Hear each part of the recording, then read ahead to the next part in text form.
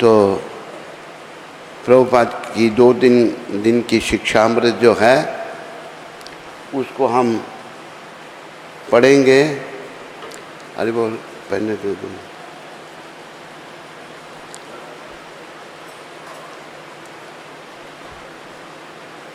इसको धोकर दे, जरा धोकर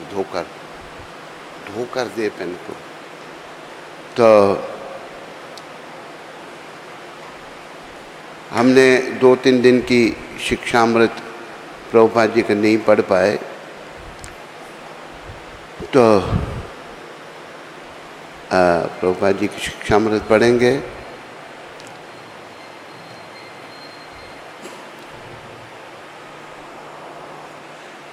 तुम्हारे जैसा गृहस्थ भी एक त्रिदंडी के समान है।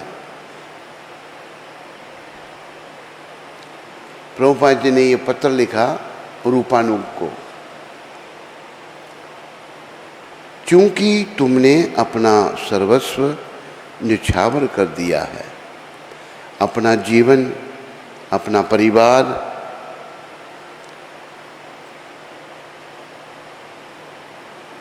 अपनी संतान, तो तुम भी निश्चित रूप से त्रिदंडी सन्यासी हो।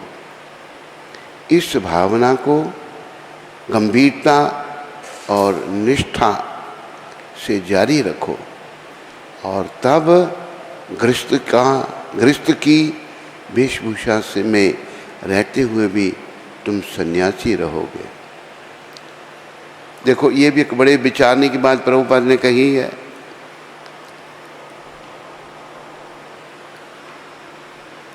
सन्यासी का मतलब है त्याग, लेकिन एक गृहस्थी जिसका नाम है रूपानुग, उसके लिए गुरुदेव कह रहे हैं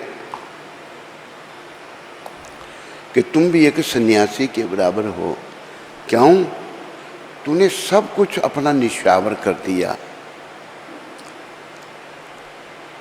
तूने अपना सर्वस्व निछावर कर दिया, अपना जीवन, अपना परिवार, अपनी संतान, तो तुम भी निश्चित रूप से त्रिदंडी सन्यासी हो। त्रिदंडी सन्यासी का मतलब जिसने सब कुछ भगवान के चरणों में निछावर कर दिया और भगवान के लिए कार्य कर रहा है। आप देखो, भगवान यही हमसे चाहते हैं। भगवान चाहते हैं कि हम उनके चरणों में समर्पण हो जाएं। ये 18वें अध्याय के 66वें श्लोक में भगवान ने कहा ना, सर्वधर्मान परित्यज्य मामेकम शरणम व्रज अहम त्वाम सर्व पापेभ्यो मोक्षयिष्यामि मा शुच। सारे धर्म, सारे कर्तव्य छोड़ करके मेरी शरण में आ जाओ, तो मैं क्या करूँगा? तुम्हें सारे पापों से छुड़ाकर मोक्ष दूंगा। याद रखो, ये जो आवागमन का चक्र है, शरीरों का परिवर्तन, चाहे पुरुष चाहे स्त्री, चाहे गोरा चाहे काला, कोई भी शरीर है, ये परिवर्तन समाप्त करना है। और जैसा कि भगवान कह रहे हैं कि मेरे प्रति समर्पित हो जाओ, जैसे प्रभुपाद जी ने यहाँ शिक्षा दी है, अगर गृहस्थी भी समर्पित होता है, परिवार, पत्नी, बच्चे, तो वो भी सन्यासी है। तो गृहस्थियों को, जैसे मुझे प्रश्न किया गया था कि जिम्मेदारियां हैं, कोई जिम्मेदारी नहीं, ये सब मन की बनाई हुई बातें हैं। ये मलिन मन की उपज है, याद रखो।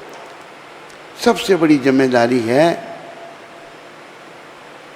भगवत प्राप्ति करना, धाम में जाना, वो समर्पण से होगी। अगर किसी गृहस्थी के मन में है समर्पण की भावना, बहुत अच्छी है, वो भी करे तो वो भी सन्यासी के ही बराबर है। 30 अगस्त 1968 को ये पत्र प्रभुपाद जी ने लिखा था। अगला जो प्रभुपाद जी का शिक्षामृत है, ये एक ज्ञानी एक माता को पत्र लिखा गुरु महाराज ने 31 तारीख 1971 को।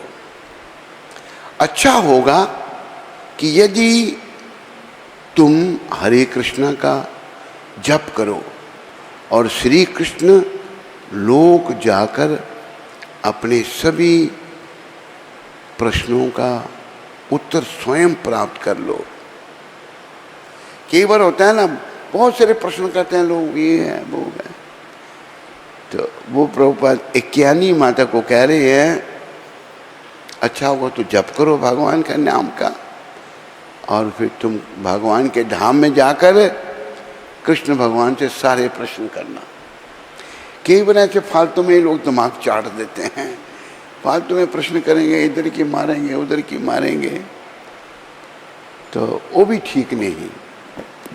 तो ज्ञानी के माध्यम से हम सबको शिक्षा दे रहे हैं, खूब भक्ति करो और धाम में जाओ, समर्पण करो और धाम में जाओ, और फिर वहाँ जाकर भगवान को प्रश्न करो। वैसे भगवान के पास पहुँचने से सब प्रश्नों का उत्तर मिल जाएगा। तो अगली शिक्षा प्रभुपाद जी की है आज की 1 सितंबर। एक गुरु कृपा दास को ये पत्र लिखा था प्रभुपाद ने 1974 को। गुरुदेव कह रहे हैं एक भक्त जानता है कि कैसे स्वयं को, अन्यों को तथा संसार की संपूर्ण संपत्ति को पूरी तरह से श्री कृष्ण की सेवा तथा कृष्ण भावना के प्रचार में लगाया जाए। जो भक्त बन जाता है वो सब कुछ सीख जाता है, जान जाता है। तो भक्त बनना है।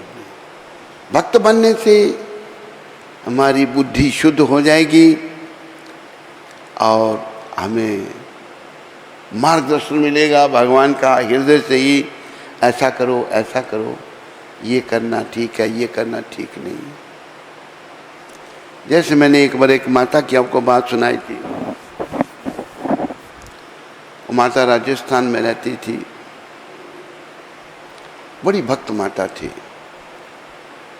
उस माता की माता हमको चंडीगढ़ में मिली थी, वो भी बड़ी अच्छी थी, तो हमें पुत्रवत स्नेह देती थी। बड़ी वृद्ध माता थी, मंदिर में आती थी तो कहती थी मेरी बेटी भी बड़ी भक्त है, वो राजस्थान में गंगानगर में कहाँ वो रहती है।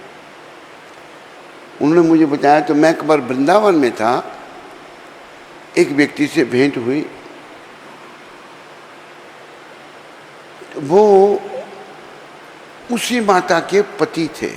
तो वृंदावन में क्यों आए थे, वो माता ने एक पुस्तक लिखी है, वो इसमें बड़ी बड़ी अच्छी बातें हैं, तो वो पुस्तक छपाने के लिए आए थे। वो पुस्तक छपाने के लिए वृंदावन आए थे, तो पुस्तक मेरे को दी उन्होंने। छपाने के बाद काफ़ी बहुत सारी बातें वर्णन की हैं उन्होंने, माता ने अच्छी अच्छी बातें। एक बात क्या बताई है कि वो भक्त माता थी, उसकी माँ भी भक्त, बेटी भी भक्त। तो वो भक्त माता, मैंने पहले बताया था, भक्तों के साथ साथ भगवान रहते हैं। वैसे तो भगवान हम सबके हृदय में विराजमान हैं परमात्मा के रूप में।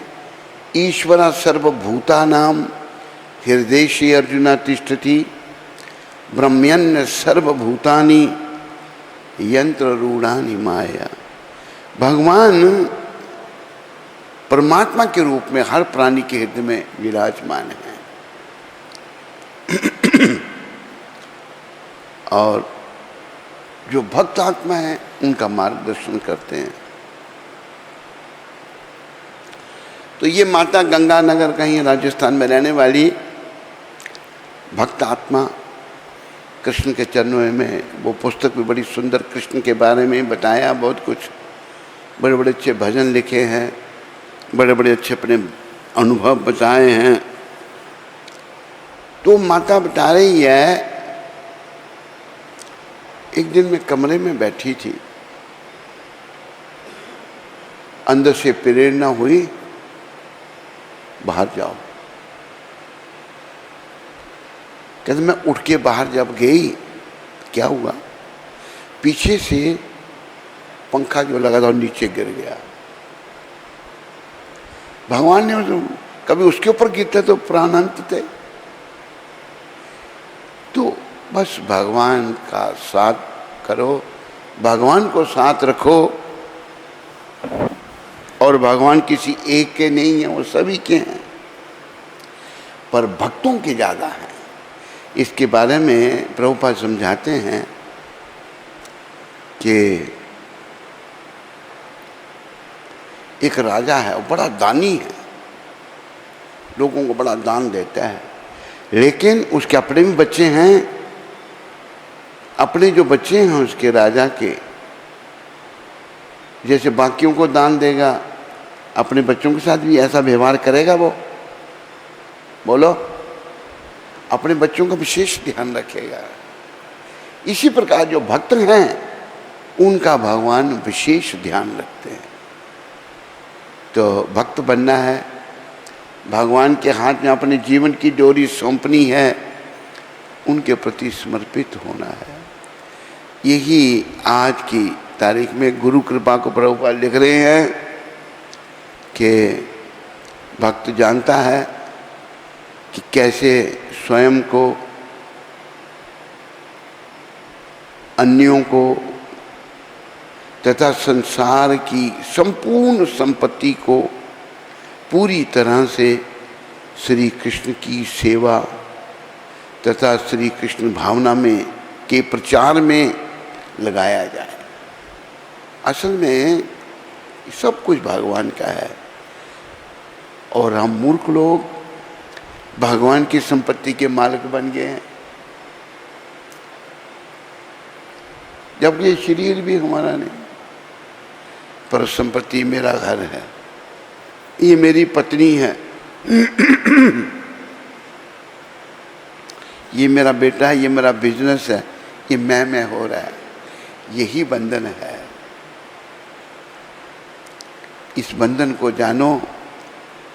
कहाँ है? मैं और मेरा, तू और तेरा, है माया का घेरा,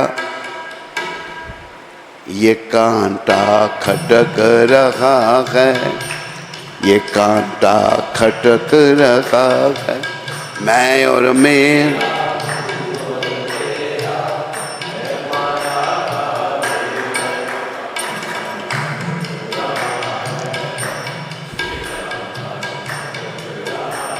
याद रखो, ना मैं कुछ हूं, ना मेरा कुछ है, ना तू कुछ है, ना तेरा कुछ है।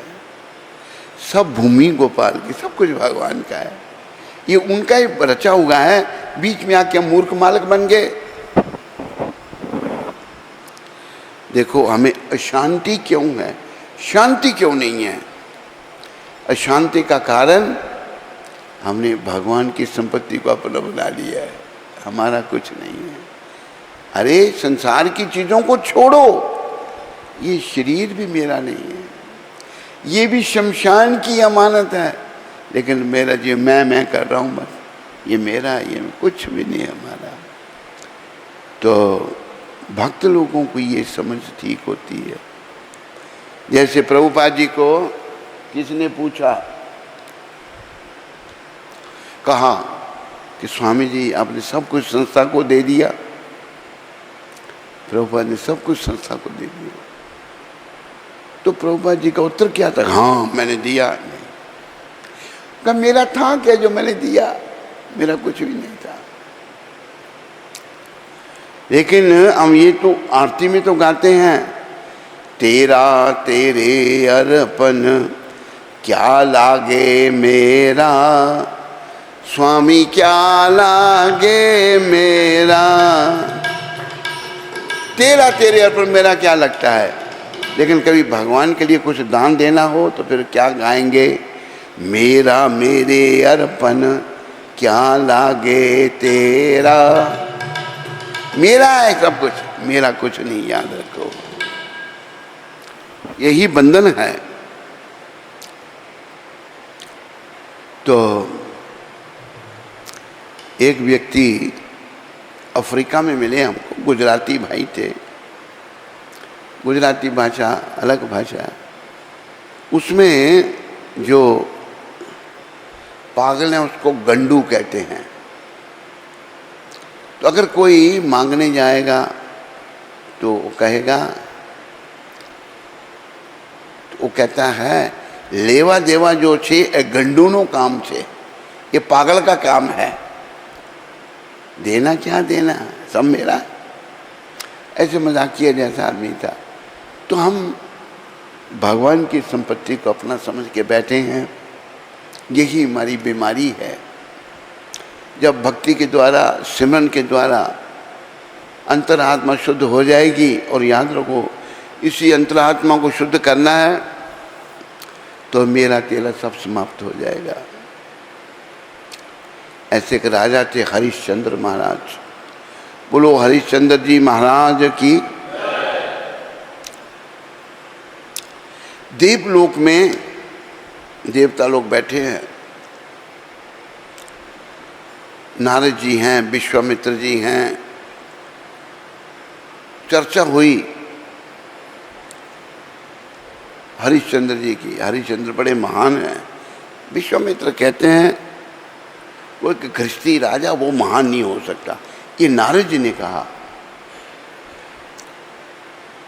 तो विश्वामित्र जी को अच्छा नहीं लगा। नारद जी भक्त हैं, विश्वामित्र जी की दूसरी लाइन है तपस्या लाइन है, तपस्या लाइन में पतन हो जाता है। विश्वामित्र जी का पतन हो गया। बड़ी लंबी तपस्या की, 60,000 साल। इंद्र को चिंता हो गई कि ये मेरा इंद्रासन छीन लेंगे आकर। मेनका नाम की अप्सरा भेज दी, अप्सरा भेज दी, उसने अपना नृत्य किया आकर, और पतन हो गया विश्वामित्र जी का अप्सरा मेनका के साथ। और शकुंतला नाम की बेटी पैदा हुई। तपस्या भंग हो गई। लेकिन भक्त जो है उसकी रक्षा भगवान करते हैं। भक्त होना चाहिए। महाराज सत्यवादी हरिश्चंद्र भक्त थे। तो विश्वामित्र जी परीक्षा लेने के लिए आ गए।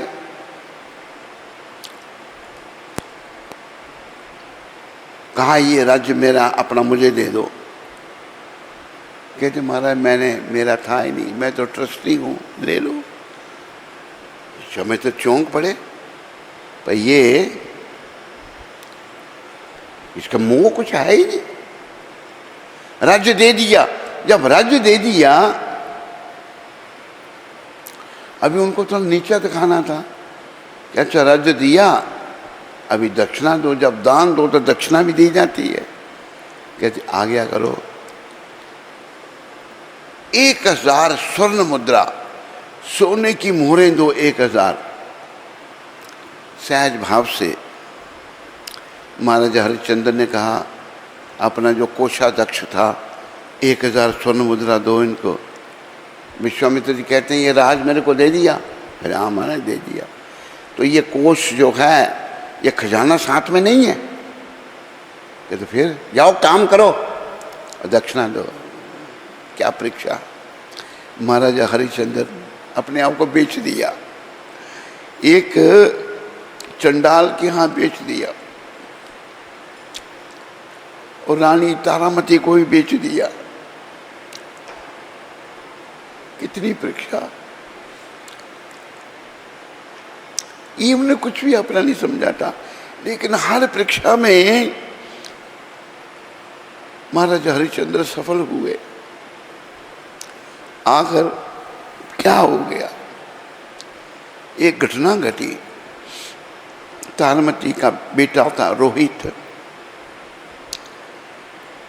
वही काम करने वाले के पास किसी ने खरीद लिया माता को, चक्रवर्ती सम्राट की पत्नी को खरीद लिया, काम दिया, वो सेवा कर रहे। बच्चे को कितनी परीक्षा हुई, सांप ने काट लिया रोहित को, सांप ने काट लिया। तो बच्चे को जलाने के लिए शमशान पर ले गई माता, तारामती माता ले गई। जब तो कहते कर दो, यहां जलाने के लिए टैक्स देना पड़ता है। कहती मेरे पास है नहीं कुछ भी। कहते वो नहीं, मैं फिर नहीं जला सकते। तुम कौन हो? तुम ये किसका बेटा है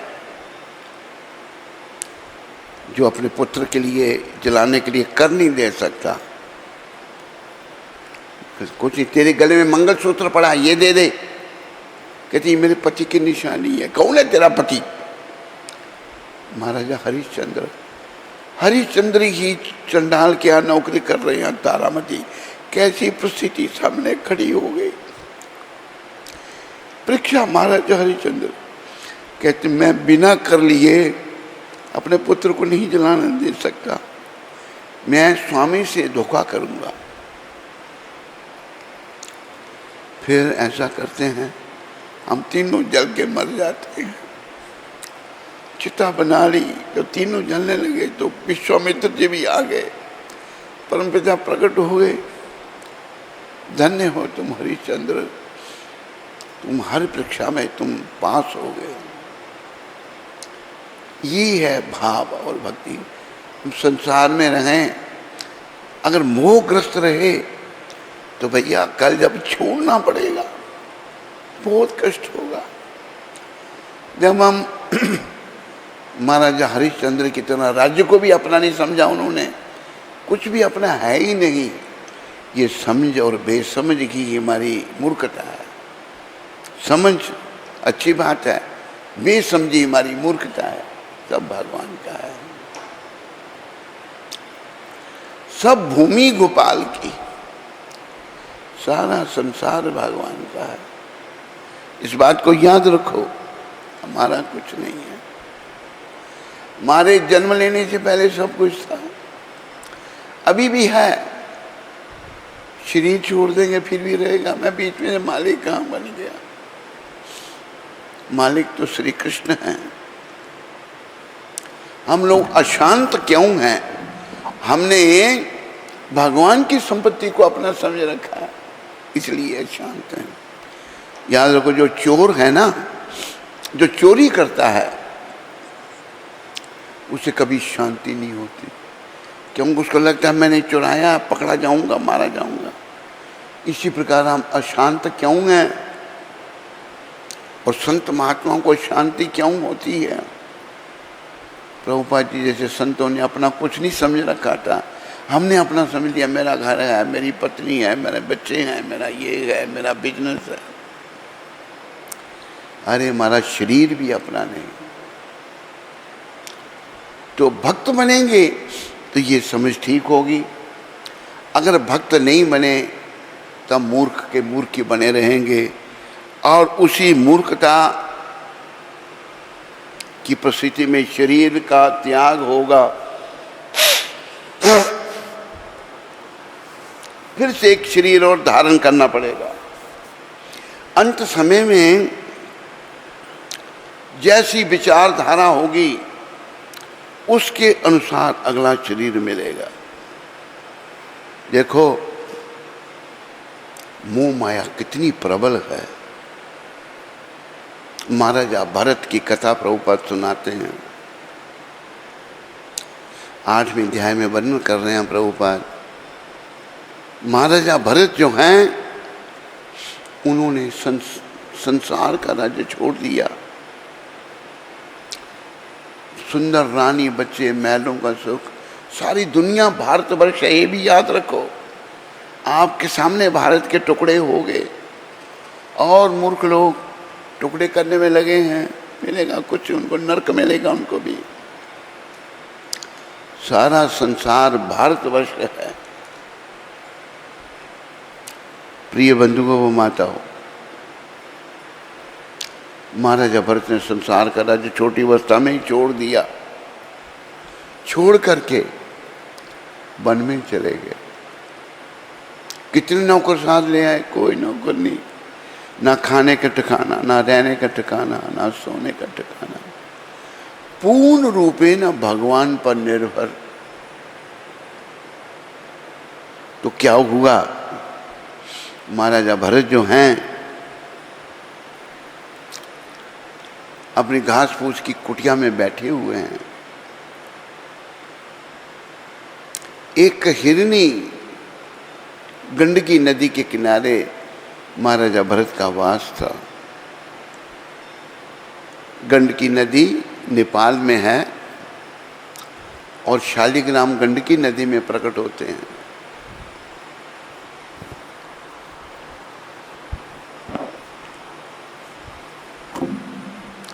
महाराजा भरत अपनी कुटिया में बैठे हैं, देखा कि हिरनी पानी पी रही थी।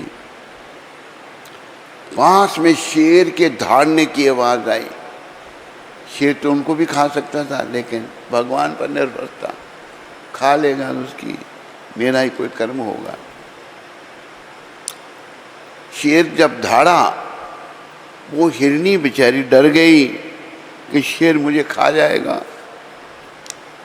वो घबराहट में हिरनी ने नदी के उस पार जाना चाहा। जब हिरनी नदी के उस पार जा रही थी, वो गर्भवती थी, उसके पेट में बच्चा था। घबराहट से उसका गर्भ पानी में गिर गया।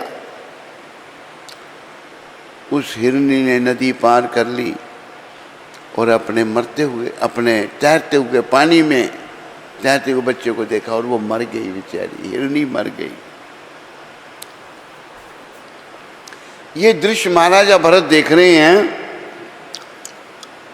और हिरनी का बच्चा पानी में तैर रहा है, ये अनाथ रह गया। ऐसा कहा है, संत हृदय नवनीत समाना। संतों का जो हृदय है वो मक्खन की तरह होता है। संत पिघल जाते हैं, उनका हृदय पिघल जाता है। संत बड़े दयालु होते हैं। तो महाराजा भरत परम संत हैं, जिन्होंने सारे संसार के राज्य से कोई मोह नहीं रखा। सोच लेंगे अनाथ बच्चा, माँ तो मर गई इसकी, जाके पानी से निकाल के ले आए, उसको नदी से निकाल के ले आए, उसका पालन पोषण करने लगे। चाहिए ये था, जैसे ही वो बच्चा बड़ा हो तब जाओ, अभी तुम अपने भाग्य ले रहो वन में। लेकिन महाराजा हिरण का उस हिरनी के बच्चे से मोह उत्पन्न हो गया। बड़ा हो गया था वो और चला गया, फिर वापस नहीं आया। तो महाराजा भरत जी का आखिरी समय आ गया। देखो आखिरी समय सबका आएगा, इसको याद रखना है हमने, और उसकी तैयारी करनी है। बहुत बड़ी परीक्षा है। पर दुनिया में इतने विषय विकारों में, काम धंधे में इतने खोए हुए हैं, आखिरी समय की चिंता ही नहीं किसी को। तो कहा है, time and tides waits for no one. समय और समुद्र की लहर किसी का इंतजार नहीं करते। महाराजा भरत का आखिरी समय आ गया।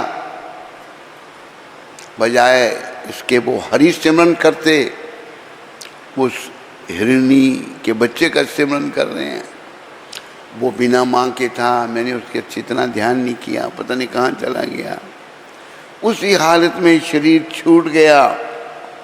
जब शरीर छूटा अगला जन्म हिरण का हो गया। लेकिन उनका इतना तप त्याग था, उनको याद रहा मैं महाराजा भरत था। ओहो, ये क्या कर दिया मैंने, हिरण से मोह लगा लिया।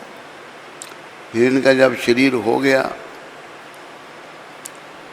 यहाँ सब कुछ रहा, तो हिरण के शरीर में वहीं आ गए, यहाँ पहले रहते थे महाराजा भरत के साथ। वो महाराजा भरत ही हैं।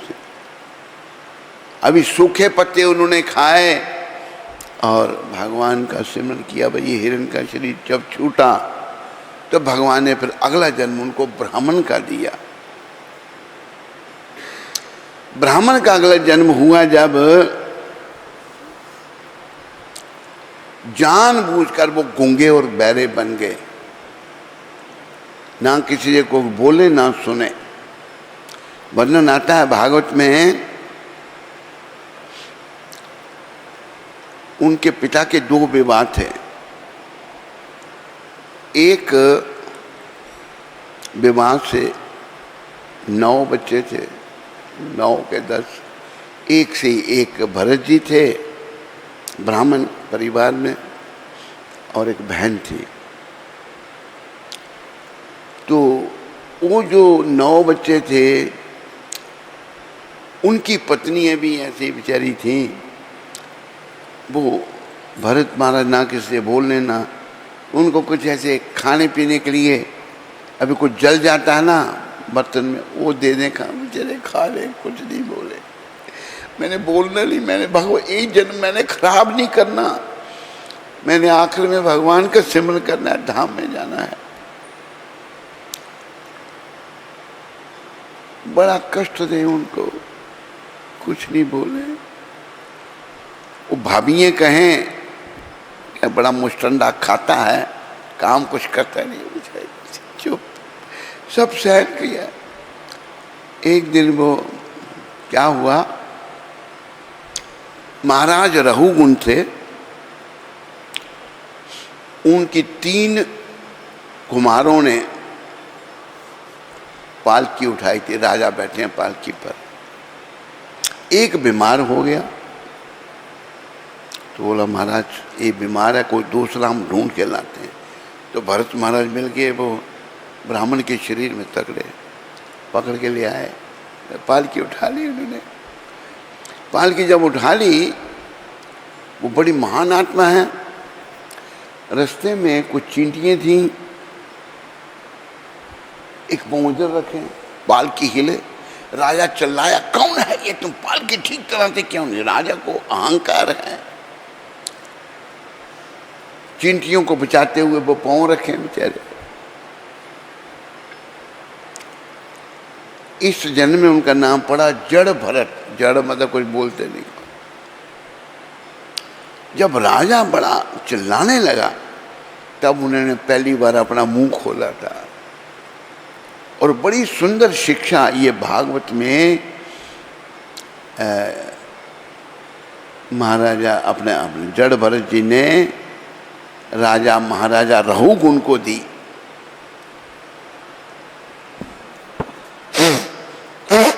जब शिक्षा दी, रहुगुण जड़ कहता है मेरी पालकी नीचे उतारो। भाई ये मेरी पालकी उठाए हुए इतना ज्ञानी चरणों में गिर जा, कहते हैं मैं राजा रहुगुण कहते हैं मैं इंद्र के वज्र से नहीं डरता, मैं शिव जी के त्रिशूल से नहीं डरता, पर मैं ब्राह्मण के श्राप से डरता हूँ। मुझे श्राप नहीं देना। मेरी पालकी में आप लगे थे, बड़ा सुंदर ज्ञान दिया। पहली बार मुंह खोला उन्होंने जन्म से। वो ज्ञान भागवत में वर्णन है। तो देखो भक्त विनम्र बन जाते हैं। और याद रखो भक्ति से ही सारी समस्याएं हल होंगी। तो प्रभुपाद कृपा से भक्ति बनो, भक्त बनो सारे। संसार में मन लगा है बड़ा, पर मिलेगा कुछ नहीं इसमें से।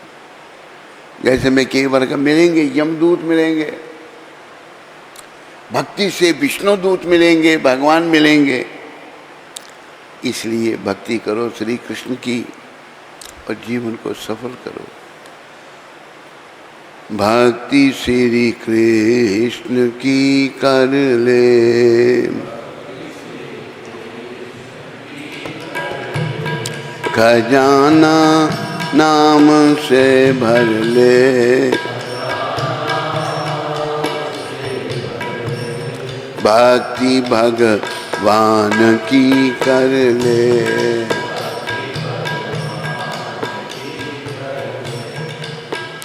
भगवान की भक्ति करो और नाम जपो। भौतिक खजाना तो हमने बढ़ा लिया है, लेकिन आध्यात्मिक खजाने को बढ़ाओ। तो आज कल के दिन हमारे गुरु महाराज प्रकट हुए थे। नंद उत्सव भी कल था नंद बाबा के यहाँ। नंद घर आनंद भयो जय, नंद घर आनंद भयो जय, कन्हैया लाल की जय।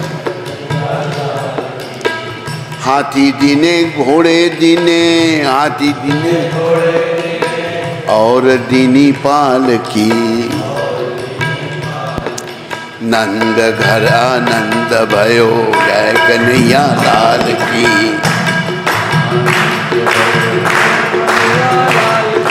नंद घर आनंद भयो, नंद घर आनंद भयो जय, दाऊ दयाल की जय, कन्हैया लाल की। कल के दिन परमपिता नंद बाबा के यहाँ आ गए। जब वसुदेव जी अपने पुत्र को, वैसे वर्णन आता है सूप जिसमें वो अपना होता है ना, दाने साफ किए जाते हैं, सूप में रखा था भगवान को। तो नंद बाबा अपना, वसुदेव जी धन्य हैं, नंद भी धन्य हैं, सर में डालकर यमुना पार कर रहे हैं। वो जगह देखी हमने जहाँ से वसुदेव जी ने यमुना पार करके गोकुल में गए थे। तो यमुना माता भगवान की पटरानी है। बोलो श्याम सुंदर यमुना महारानी की। उनके पति देव यमुना के उस पार जा रहे हैं, तो माता चरण स्पर्श करना चाहती थी अपने पति देव के। पानी चढ़ने लगा, यहाँ तक आ गया। वसुदेव जी बेचारे घबरा गए, चिल्लाए कोई लो, कोई लो, मेरे बेटे को बचाओ, पानी चढ़ गया बड़ा। भगवान ने देखा मेरे भक्त परेशान हैं, चरण अपना निकाला, गंगा जमुना जी को स्पर्श किया, जमुना जी नीचे चले गए। कोयलो घाट बना हुआ है वहाँ पर, उस घाट का नाम कोयलो घाट बन गया। तो वसुदेव जी ने कहा था, तो कल के दिन भगवान चले गए थे गोकुल में। गोकुल गोविंद गोकुल आयो, गोविंद गोविंद गोकुल आयो। गोविंद की लीलाएं, गोविंद भगवान प्रकट हुए कारागार में। कहा मुझे गोकुल में ले जाओ, वहाँ पर यशोदा माता के बेटी जन्मी है, उसको यहाँ ले आओ। कैसे ले जाएं? हम तो जेल में हैं। सर्वशक्तिमान भगवान की इच्छा से क्या हुआ, जेल के पहरेदार सब सो गए। ताले खुल गए, खुल गया बेड़ी ताला, हुन आ गया मुरली बाला। खुल गया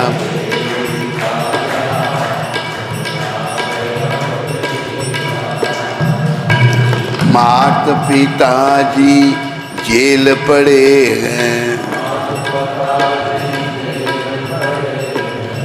खुल गया बेड़ी ताला, उन आ गया मुरली वाला।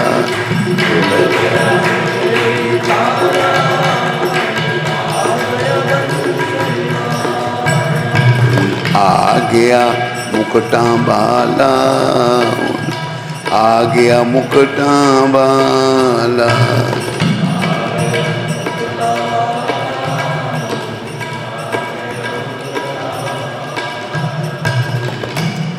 भगवान यही तो सब शक्ति है भगवान की। बेड़ी में पहनी हुई है, बेड़ियाँ पहनाई हैं, दुष्ट कंस ने वसुदेव जी को, सब सहन कर रहे हैं। बेड़ियाँ भी खुल गई, ताले खुल गए। सूप के अंदर भगवान को रखा,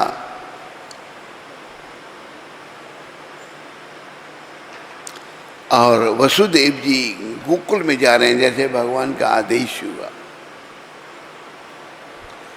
तो यहाँ कारागार से तो भगवान को गोकुल में भेज दिया, लेकिन गोकुल में बड़ा आनंद मंगल हो गया। बस नंद बाबा के यहाँ कल नंद उत्सव यहाँ मनाया गया था। कृष्ण बलराम बने हुए थे। कृष्ण बलराम कल क्या कर रहे थे? हैं? दर्शन देने आए थे कल। पहले वो कृष्ण बलराम की होली भी होती है ना, होली में फिर वो फूल फेंकते हैं। तो भगवान गोकुल में आए, बड़ी बस बधाई बज रही है, बड़ी खुशी है। तो वसुदेव जी को भगवान ने कहा था उस कन्या को यहाँ लाओ। कन्या दुर्गा माता थी, उनको लाया जब तो आ गया कंस। बच्चे के रोने के बाद भाई 8 माह गर्भ। तो देव की माता कहती है देखो भैया, मैं तेरे बेटे की पत्नी बना दूंगी अपनी बेटी को, इसको मत मार दो, ये तो बेटी है, आकाशवाणी झूठी है। मैं ये क्या 8 माह लड़का है, लड़की कैसे हो गई? बेवकूफ बन जाते हैं मूर्ख लोग जो है ना। भगवान की लीला इतनी प्रबल है। फिर उसके सलाहकार कहते हैं भाई ये इसको ही मार दो। जब कन्या को पटकने लगा कंस, छोड़ के चले गए ऊपर। अष्टभुजा रूप धारण कर लिया। बोलो दुर्गा माता की। अष्टभुजी रूप धारण कर लिया और कहा मूर्ख, मुझे क्या मारेगा? तेरे को मारने वाला जन्म ले चुका है। इन्हीं के छुपाते हैं, जन्म लिया। वो कंस अच्छा जन्म ले चुका। पर उस दुष्ट ने उस समय के पैदा हुए कितने बच्चे मरवा दिए, लेकिन कृष्ण को कौन मारे? बाकी तो बेचारे मर गए। एक दिन कंस बड़ा चिंतित है। राक्षसी पूतना कहती हैं महाराज आप चिंतित क्यों हैं? कि मुझे पता लगा कि कृष्ण गोकुल में पहुंच गया है, वो मेरा काल है। क्या करना है उसको? मैं उसको मारना चाहता हूँ, मैं मार के आती हूँ। उसने क्या किया? पूतना राक्षसी ने बड़ा सुंदर रूप बना लिया, लक्ष्मी जैसी बन गई, जैसे भाई वैकुंठ से लक्ष्मी आई है। चली गई। भक्त भोले होते हैं, रोहिणी माता और यशोदा माता भोली भाली हैं बेचारी। भगवान छोटे से हैं तब वो राक्षसी बड़ी सुंदर भेष में कहती है मैं तुम्हारे बेटे को खिलाऊं? वो बोले खिलाओ। एक तरफ ले गई, स्तन पे जहर लगा के आई थी। वो बच्चा स्तनपान करने लगेगा तो अपना स्तन जब पान कराने लगी राक्षसी पूतना, भगवान ने स्तन भी पान किया और प्राण भी पीने लगे। जब प्राण पीने लगे ओ घबराई, छोड़ दो मेरे को, छोड़ो छोड़ो। भगवान कहते हैं, भगवान ने कहा नहीं, मैं कहता हूँ। भगवान कहते हैं जिसको मैं एक बार पकड़ता हूँ उसको छोड़ता नहीं। पूतना राक्षस के प्राण भी पी लिए, असली रूप उसका प्रकट हो गया। वर्णन आता है कि 8 माइल लंबा उसका शरीर था, इतना बड़ा, गिर गई वो।